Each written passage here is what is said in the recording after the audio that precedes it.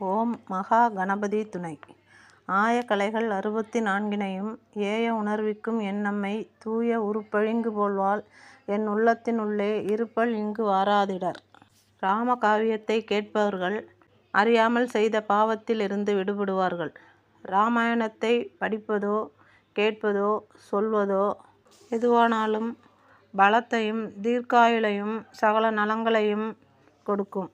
பெண்கள் உத்தமமான பிள்ளைகளை பெறுவார்கள். ராமரின் கதை பேசப்படும் இடத்தில் அதை கேட்க அனுமன் வருவார். ஹனுமனின் அருள் கிட்டும். ஸ்ரீராமரின் அருளும் சீதாதேவியின் அருளையும் பெறுவார்கள். இனி நாம் இராமாயணத்தை தொடர்ந்து காண்போம். ராவணன் இறந்தபின் அவன் மனைவிகள் கதறி அழுகின்றனர். அவன் உடலை தகனம் செய்யும்படி விபீஷணனை ராமர் பணிக்கிறார்.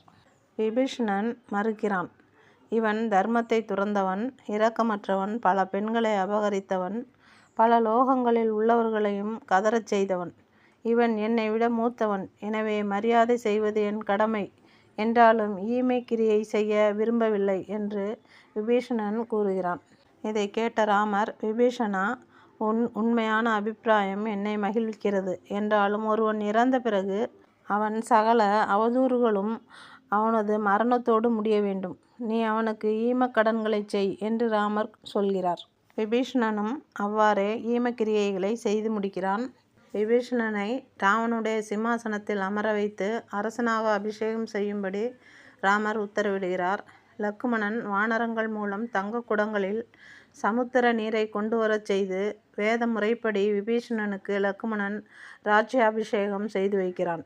விபீஷணனுக்கு நாட்டு மக்கள் தந்த பரிசுகளை ராமருக்கு விபீஷணன் அர்ப்பணிக்கிறான். கைகூப்பிய வண்ணம் ராமர் அருகில் நிற்கும் அனுமனிடம், சீதையை இங்கு அழைத்து வா, சீதை எப்படி இருக்கிறாள் என்று கேள். இராவணனை நான் கொன்றுவிட்ட செய்தியை கூறி அவள் என்ன பதில் சொல்கிறாள் என்று கேட்டு வா என்று ராமர் கூறுகிறார். இதை கேட்ட அனுமன் மகிழ்ச்சியுடன் விபீஷணனிடம் உத்தரவு பெற்று சீதையை அசோகவனத்தில் சென்று பார்த்த அனுமன், ராவணன் இறந்தான், இனி நீங்கள் துயரமடைய வேண்டாம் என்று அனுமன் சொல்வதை கேட்டு சீதை மிகுந்த மகிழ்ச்சியடைகிறாள். உங்களை துன்பப்படுத்திய அரக்கிகளை பழிவாங்க காத்திருக்கிறேன், உத்தரவிடுங்கள் என்று அனுமன் சொல்வதை கேட்ட சீதை இயற்கையிலேயே பொறுமையும் கருணையும் உடையவள் என்பதால் அனுமனை நோக்கி, துஷ்ட சுபாவம் உடையவர்கள் பிறருக்கு அபகாரம் செய்தாலும் விவேகி கோபப்பட மாட்டான். அவர்கள் ராவணனால் அனுப்பப்பட்ட வேலைக்காரிகள். அரசன் சொல்வதை செய்வார்கள். அவர்களை விட்டுவிடு. பழி வாங்குவது தீய குணம் என்று சீதை சொல்வதை கேட்டு மிகவும் அனுமன் மகிழ்கிறார். நான் இன்றே ராமரை பார்க்க வேண்டும் என்று சீதை சொல்கிறாள். உடனே சென்று ராமரை பார்த்த சீதை சொன்னதை ராமரிடம் அனுமன் சொல்கிறார். இதனை கேட்ட ராமர் கண்கலங்குகிறார். குளித்து ஆடை ஆபரணங்களை அணிவித்து அழைத்து வரும்படி விபீஷணனிடம் ராமர் கூறுகிறார். சீதை குளித்து நன்றாக தன்னை அலங்கரித்து கொண்டு பல்லக்கில் ஏறி வருகிறாள். சீதை வந்துள்ள செய்தியை ராமரிடம் விபீஷணன் தெரிவிக்கிறான். அதனை கேட்ட ராமர் சீதை தன் முன்னால் கொண்டு வரப்பட வேண்டும் என்கிறார். சீதையை பார்க்க வானரங்கள் ஆவலுடன் கூட்டமாய் முன் வந்தனர். விபீஷணனும் அவனது ஆட்களும் அவர்களை பின்னுக்கு தள்ளுகின்றனர். தனது தொண்டர்களிடம் கொண்ட அன்பினால் அவர்களை தடுக்க வேண்டாம். ஸ்ரீகளின் நல்ல நடத்தையே அவர்களுக்கு காவல். யுத்த பூமியிலோ சுயவர காலம், விவாக சமயம், யாகசாலைகள் இவைகளில் ஸ்ரீகளை எல்லோரும் பார்க்கலாம் என்று ராமர் சொல்கிறார். சீதை பல்லக்கில் இருந்து இறங்கி என்னிடம் நடந்து வரட்டும் என்று கட்டளையிடுகிறார். ராமர் மிகவும் கண்டிப்பாகவும் மனதை கல்லாக்கிய நிலையிலும் இருப்பதை அனைவரும் புரிந்து கொண்டனர். குற்றமற்ற சீதையோ நாணத்தோடு தன்னை குறுக்கி கொண்டு ராமரை அடைகிறாள். ராமரிடம் கொண்ட அன்பினால் ராமரை பார்க்கிறார். அவரது முகம் பூரண சந்திரனை போல் பிரகாசிக்கிறது. சீதை தன் உள்ள உணர்ச்சிகளை வெளியிட்டு பேசுகிறாள். ராமரின் மனமோ தன்னுடைய இட்சவாகு குலத்திற்கு களங்கம் ஏற்பட்டு விடுமோ என்று மனம் பதட்டமடைந்தார். அதனால் ராமர் சீதையிடம் கோபமாக பேசுகிறார். ராவணன் உன்னை கடத்தி சென்றதால் எனக்கு அவமானம் ஏற்பட்டு விட்டதை சரி செய்து விட்டேன். நீ தீய குணமுடைய ராவணனின் இருப்பிடத்தில் இத்தனை காலம் வசித்து இருக்கிறாய். எனவே இனி நீ என்னோடு வாழ வேண்டாம்.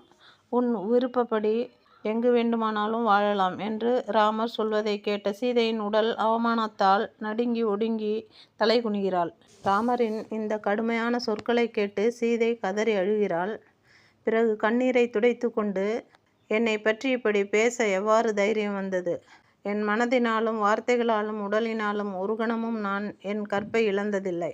என்னை பார்த்து இப்படி பேசிவிட்டீர்களே, நான் கர்ப்பவசம் பிறந்தவள் இல்லை, பூமியிலிருந்து வெளிப்பட்டவள்.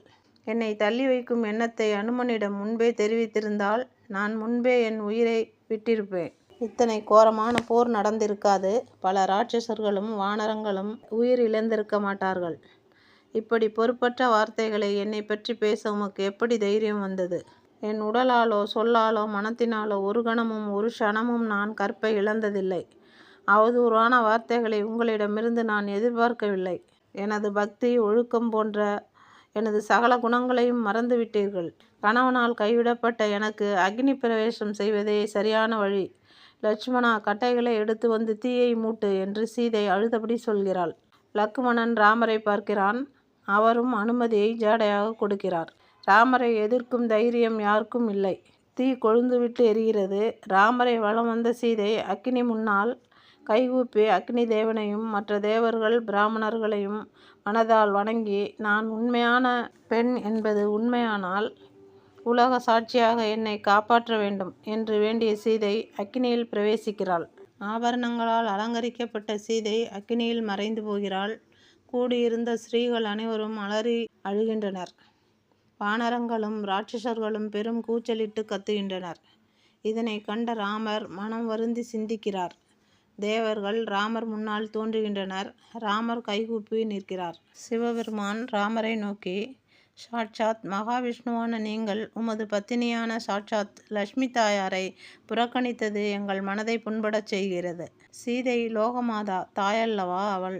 உலக சிருஷ்டிக்கு காரணமான நீங்கள் சாதாரண மனிதனைப் போல் நடந்து கொள்ளலாமா என்று கேட்கிறார். அதற்கு ராமர், நான் சாதாரண மனிதன், தசரத சக்கரவர்த்தியின் மகன். என்னை பற்றி வேறெதுவும் சொல்ல என்ன இருக்கிறது என்று கேட்கிறார். இதனை கேட்ட பிரம்மா, ராமா, நீர் விஷ்ணுவின் அம்சமான நாராயணர். நீங்கள் எல்லா காரணங்களுக்கும் காரணமானவர். ராட்சசனான ராவணனை வதம் செய்யவே மானிடராக தோன்றினீர். எங்களுக்காக இந்த காரியத்தை செய்து முடித்தீர். இனி நீர் உலகத்தை ஆட்சி புரிந்து பிறகு உங்கள் லோகத்திற்கு திரும்ப வேண்டும். இது எங்கள் விருப்பம் என்று பிரம்மா கூறுகிறார். அதே சமயம் அக்கினியில் இருந்து அக்னி பகவான் தோன்றி சீதையை கையிலேந்தி வருகிறார். ராமர் முன் சீதை நிறுத்தப்படுகிறார். சீதை அக்கினியில் பிரவேசித்த போதும் சிறிதும் அக்கினியால் தீண்டப்படாமல் இருப்பதை கண்டு அங்கு கூடியிருந்த அனைவரும் ஆச்சரியமடைந்தனர்.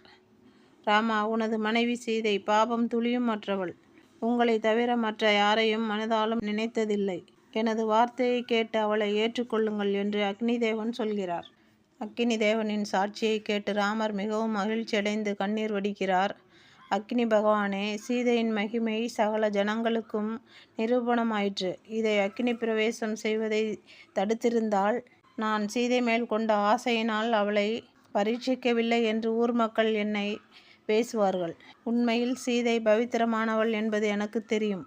இவளை ராவணன் ஒன்றும் செய்திருக்க முடியாது. சூரியனின் கதிர்கள் சூரியனை விட்டு விலகாதது போல் இவளும் என்னை விட்டு விலகாமல் இருப்பாள். சீதையுடன் சேர்ந்த ராமர் மிகவும் ஆனந்தமடைந்தார்.